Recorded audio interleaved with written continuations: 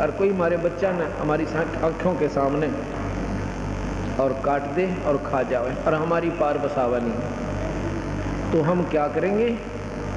हम रोएंगे बैठकर, और वो टक्कर परमात्मा का टकराओगी जाके वो कराहट, और उसका फिर रिएक्शन होकर और फिर उसका बहुत ज्यादा मार बना करती है। 5 वक्त नमाज गुजारें करें शाम को खूना, और बिना बंदगी बोक बनेंगे रहें जुलम जुना। जैसे आज बकरे को काट खाया, फिर कभी बकरा मनुष्य बनेगा, वही आत्मा वही रूप, और वो बनेगा, वो खाने वाला बनेगा बकरा, वो फिर उसको काट के खाएगा। रहोगे जूनम जूना, अदले बदले देने पड़ेंगे, ये यहाँ का नियम है। और खरदे ही धरे अपला तुना, माटी लदे कुम्हार ढोए कुम्हार की। आचे हम कितने ही अपनी जान में गने, चाहे पैसे वाले हों और चाहे हम किसी प्रकार से अपने आप को सुखी मान रहे हैं, यदि परमात्मा का नाम नहीं लिया तो पशु दुनिया में जाना ही पड़ेगा। इस बात को अपना बेशक से पल्ले का गांठ लगा लेना। उसके बाद बताते हैं, वेद पुराण शास्त्र पढ़ दे कथा कहें चितला के। वेद पुराण शास्त्र पढ़ते और कथा कहें चितला के, और गीता जी का सार सुनावे मीठी बात बना के। महाभारत रामायण समझा के महिमा कहें उस काल करतार की। रामायण, महाभारत, गीता जी, चारों वेद, पुराण 18, 6 शास्त्र, ये काल भगवान तक ही जानकारी देते हैं, निरंजन तक, ब्रह्म तक की जानकारी है। और गीता जी में स्वयं कहता है मैं काल हूँ अर्जुन और सबके खाऊंगा। रामायण के अंदर भी भगवान विष्णु अवतार रामचंद्र जी आए, उस काल के दबाव से प्रेरणावश ऐसा कारण बना दिया कि नारद ने श्राप दे दिया, और नारद के श्रापवश भगवान रामचंद्र यानी विष्णु पूरा जन्म दुख पाकर गए। जिसके बच्चे कहीं, पत्नी कहीं और स्वयं कहीं, वो जिंदगी भर सुखी नहीं हो सकता, चाहे कोई भी क्यों ना हो। अगर कोई सुखी होता है तो आप ऐसा अपने ऊपर उदाहरण समझ कर देखना। आप कहीं हो, आपके बच्चों ने आप निकाल दो, आपकी पत्नी को निकाल कर देखो, और उसका ये नहीं मालूम कहाँ आसरा होगा। और गर्भवती, इससे बड़ा दुख इंसान को नहीं हो सकता। अब हम कहाँ समाधान दे देते हैं कि वो तो लीला कर रहे थे। लीला नहीं कर रहे थे, वो नारद जी का दिया हुआ श्राप भोग रहे थे। ये 3 ताप के अंतर्गत आता है। तुम कौन राम का जपते जापम, अर्थात मिटेना तीनों ताप। इन भगवानों के अपने ही 3 ताप के अंतर्गत किसी ऋषि का रुष्ट हो जाना, उसको श्राप दे देना, वो ये काट उसको खत्म नहीं कर सकते, स्वयं भोगना पड़ता है।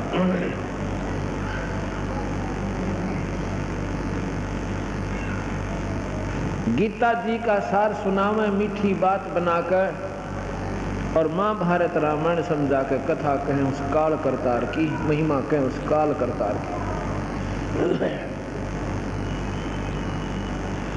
आपने गीता जी को सुना होगा। गीता एक अनमोल शास्त्र है इस ब्रह्मांड की। वेदों के बाद दूसरा नंबर गीता जी का आता है। वेद वो श्रेष्ठ शास्त्र हैं जो ब्रह्म तक की पूर्ण जानकारी देते हैं, पर आगे का बेरा कौन है। गीता जी भी ब्रह्म तक की उपासना, साधना, उसका प्रतिफल तक की जानकारी देती है। उस परम पिता परमात्मा का इशारा जरूर से, पर साधन पाने का नहीं है, विधि नहीं है।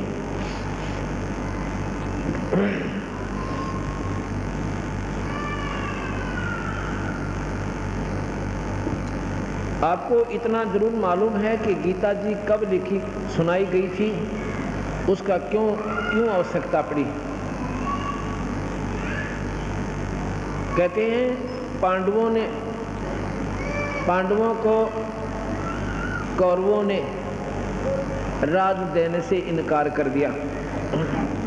अगर इसका मूल सुने ध्यान से, धृतराष्ट्र बड़े थे और पांडव छोटे थे।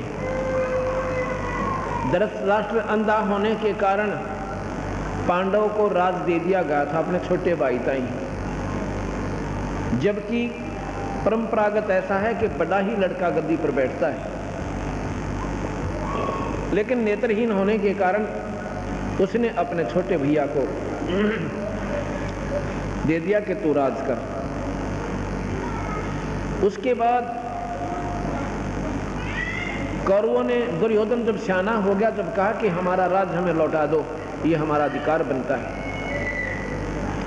उससे वो मुकर गए, हक नहीं देते।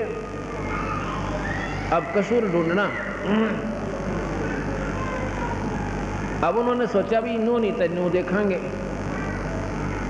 दुर्योधन उसको, युधिष्ठिर को जुए में राजी कर लिया, जुआ खेलन खातर, और जुआ खिला लिया। जुए में सर्वराज को जीत लिया और द्रौपदी तक को जीत लिया। बताओ, बुद्धिहीन अपनी पत्नी को भी दांव पर लगा दिया। अरुण की हम कथा सुने, अरुण का आचरण देखें। कम से कम राज तो जिताया सो जिताया था, तब तो उठ का जानता, अपनी पत्नी भी दुए बुला दी। अब इन इतिहासों को हम पढ़ते हैं, इस पे बताओ कौन आचरण करे। अब उन्होंने जुए में जीत लिया। अब पांडव कहते हमें राज दो। ये क्या बात हुई भाई, जुए में दुनिया आ रहे से, फिर कौन दे उसने वापस। अब देखना इसके मूल को, हम कहाँ अपने आप को सेटिस्फाई कर लिया, अपने आप को आधारित कर लिया भाई कौरवों का दोस्त था, पांडवों का कोई ना था। अब दोस्त तो यहाँ आप ही देख लेना किसका था। अब वो नाटक में हम कौन देते, हमने जुए में जीत रखा है। जुए में जीती हुई चीज ने कौन दे। आखिर में उनका झगड़ा होने लगा। भगवान कृष्ण ने कहा भाई झगड़ा ना करो दुर्योधन, इनको तू राज दे दे। वो कहने लगा जी राज नहीं दूं, हमने तो जुए में जीत रखा है।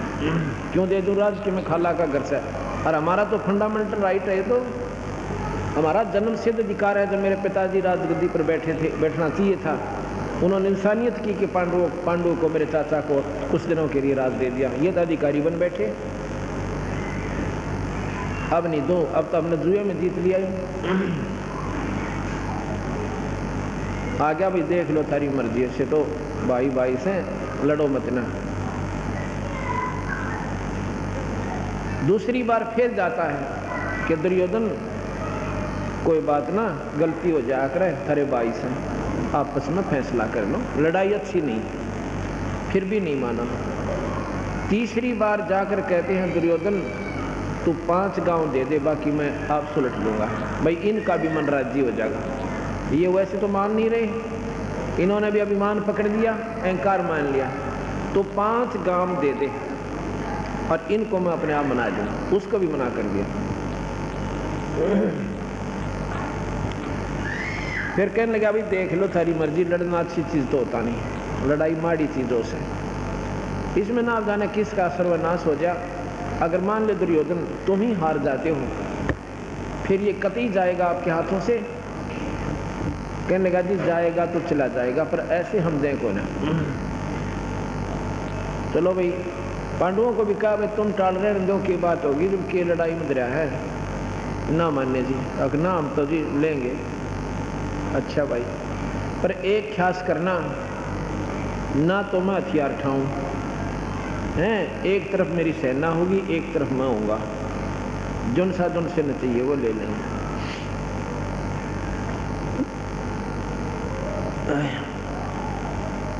अब क्या होता है कि युद्ध के मैदान में आ जाते हैं, आमने सामने सेना खड़ी हो जाती है।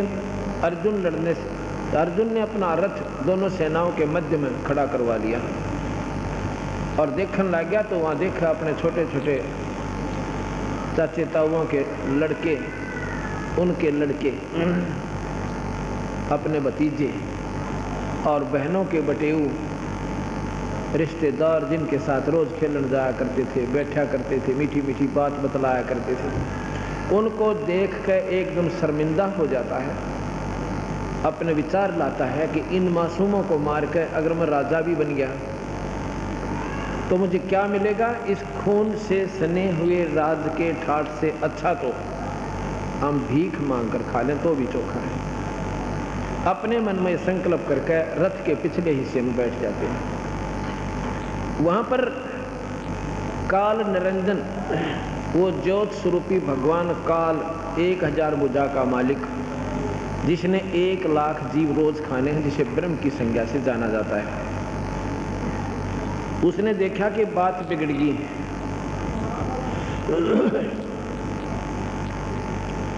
उसने देखा कहानी बिगड़ गई और ईव कृष्ण जी कह देंगे चलो भाई मैं तो पहले ही मना कर रहा था, लड़ा नहीं करते, लड़ाई अच्छी नहीं होती। उसी समय भगवान कृष्ण के शरीर में वो काल भगवान आ गया, जैसे प्रेत आत्मा समा जाती है। और भगवान कृष्ण ने तो नो भी नहीं मालूम तूने क्या बोला था उस महाभारत में, गीता के ज्ञान में। इसका प्रमाण बताऊंगा आपने। उसमें कृष्ण को तो ये नहीं मालूम मैंने क्या कहा था। तो उसमें काल भगवान प्रवेश कर जाता है। प्रवेश कर जाता है तो फिर कहता है कि अर्जुन तू भाई खड़ा हो जा, देखो अक्षत्रिय धर्म को भूल रहा है, ये अच्छी बात नहीं है? और जो अगर अक्षत्रिय ऐसे ही अपने कर्म से गिरने लगेंगे तो ये संसार में कैसे बात बनेगी।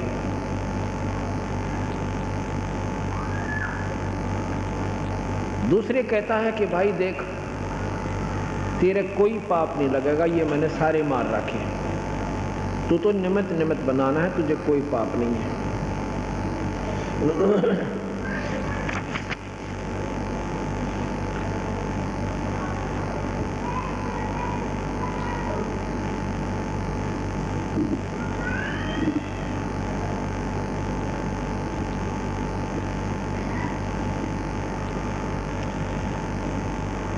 अठारहवें अध्याय के 66वें श्लोक में कहा कि संपूर्ण धर्मों को अर्थात संपूर्ण कर्तव्य कर्मों को मुझ में त्याग कर तू केवल मुझ सर्वशक्तिमान सर्वाधार परमेश्वर की शरण में आ जा, मैं तुझे संपूर्ण पापों से मुक्त कर दूंगा। तू शोक मत कर, डरे मत ना, काली ना माने, तेने सारे पाप काट दूंगा, तेरे कोई पाप तुझे नहीं लगेगा।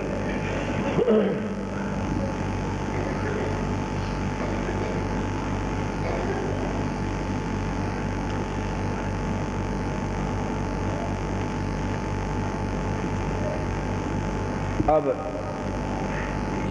महाभारत शुरू हो जाता है।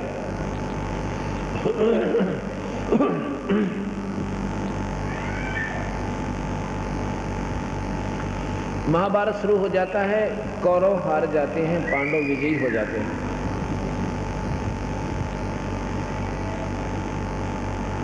उसके बाद युधिष्ठिर को राजगद्दी पर बैठाना चाहते हैं।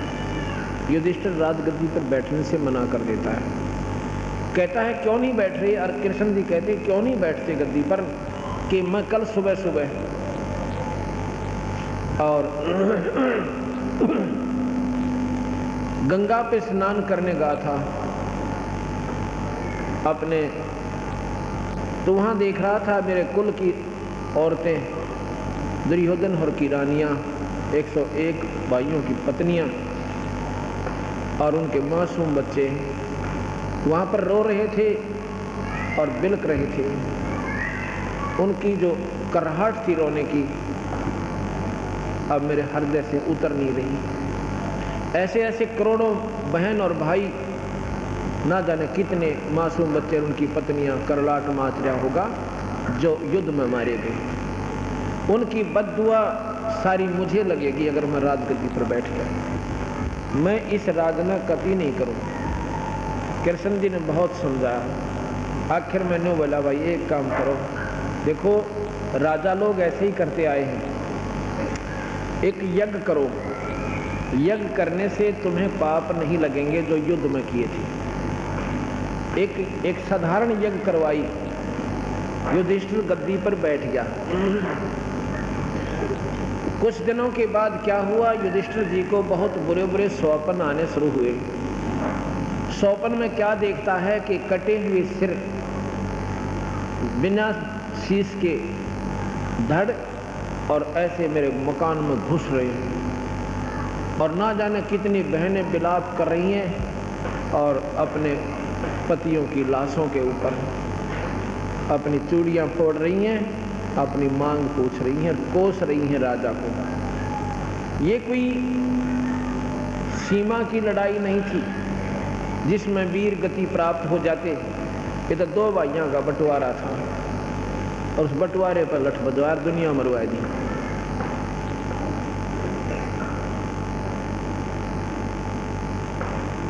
उसको 3 दिन हो गए रात को बैठकर काट रहा है। द्रौपदी रात को उठती है, देख रही है, पूछती है, कहती है आपको क्या हो गया? कहता कुछ नहीं हो गया, आप आराम करो। उसने सोचा मैं अपने दुख से क्यों दूसरों को दुखी करूं, ये कष्ट मुझे ही हो लेगा। उसने फिर प्रार्थना की, नहीं बताया। आखिर में अपने उन 4 पतियों से फिर प्रार्थना की, जाकर कहा कि तुम्हारा भैया ऐसे ऐसे संकट में है और उसका तो कुछ ही दिनों में हो सकता है वो शरीर ना त्याग जावे हैं। सभी कहने लगे ऐसा क्या हो गया, हमारे भैया ने हमें नहीं बताया उनको इतना कोई कष्ट है। अकिए तुम पूछो अपने भैया से जाकर। 4 पांडव आते हैं, युधिष्ठिर से प्रार्थना करते हैं, भैया क्या आप हमें अपना भाई नहीं समझते हैं? क्यों, ये आपको किसने कहा? आप इतने संकट में हो और हमसे ये छुपा रखा है। क्या छुपा रखा है? आपको रात को नींद क्यों नहीं आ रही है? आपके ऊपर क्या आपत्ति है? कोई राजकीय संकट है, कोई राजनीतिक मामला है तो हमें बताइए, हम साथ हैं आपके। अपने दुख को दूसरे से बताने में हल्का हो जाता है, और नहीं बताओगे तो भैया इसका मतलब आप हमें अपना भाई नहीं मानते। तब उन्होंने बताना पड़ा कि मेरे साथ ऐसे ऐसे संकट है भाई, मुझे ऐसे व्यक्ति दिखाई देते हैं स्वप्न में जैसे जिनके सिर कटे हुए हों और ना जाने कितने को हमारे घर में घुस रहे हैं, और उनकी शक्ल देखकर मेरा तो कलेजा धड़कन लग जाए, दिल धड़का भाई, मुझे नींद नहीं आ रही है। चलो भगवान कृष्ण के पास चलते हैं, इसका कारण तथा समाधान पूछेंगे। भगवान कृष्ण के पास जाते हैं, कृष्ण जी से कहा कि ऐसे ऐसे भैया को रात्रि में निद्रा नहीं आ रही है। कृष्ण जी ने अपना सारा विचार लगा के बताया कि तुमने जो महाभारत में पाप किया, बंधुघात किया, वो तुम्हें दुखदाई हो रहा है। अब एक काम करो, तो समाधान बताइए। एक अश्वमेध यज्ञ करो, सारी पृथ्वी के जीवों को बुलाओ, सभी देवी देवताओं को आमंत्रित करो, सभी ऋषि और मुनियों को आमंत्रित करो, और एक शंख रख दो पंचजन्य, पंचायन भी बोलते हैं उसको, पंच आनन, आनन माने मुंह, 5 मुंह का शंख 170 स्टेज बनाकर न्यारी भिन्न से उस पर रख दीजिए। और जब ये शंख अपने आप बजेगा, कब बजेगा? जब कोई पूर्ण संत, और भाई पूर्ण परमात्मा का नुमाइंदा संत रोटी खा जाएगा। और भाई नो ना बेरा सबको आमंत्रित करो, ना बेरा किस बेक में वो परमात्मा का प्यारा हंस आ जाए। अब अर्जुन का एकदम माइंड में स्ट्राइक होता है कि भगवान तो गीता में कह रहे थे कि तुझे पाप नहीं लगेगा, और अब ये पाप हमारे ऊपर कितना आ गया भाई, कैसे हो गया? एकदम पसीना आ गया भीम का, अर्जुन का, क्योंकि अर्जुन तो अपने कानों सुन रहा पर कुछ नहीं बोला। क्यों नहीं बोला? कि कहीं मेरे भाई के मन में ठेस ना पहुंच जा। अगर मैं वाद विवाद करूं भगवान गेल्या और युधिष्ठिर न्यू महसूस ना कर, जब 2 रुपये लगने 10 रुपये खर्च होने जा रहे थे और बाइक ने अच्छे नहीं लगे, इसलिए वाद विवाद कर रहा है। मेरे संकट को ठीक हो, युवराज जी को ना चुप हो गया, कति पानी पी गया, शांति करी कर तरह की, फिर देखेंगे।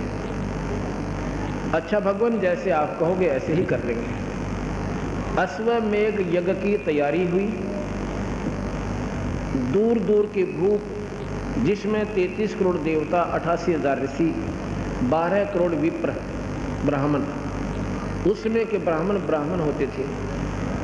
ब्राह्मण सोई जो ब्रह्म पहचाना वह मांग का नहीं खाया करते, दुनिया को गुमराह नहीं करते थे, अपनी भक्ति में आरूढ़ रहते थे और ज्योतिष के माहिर होते थे।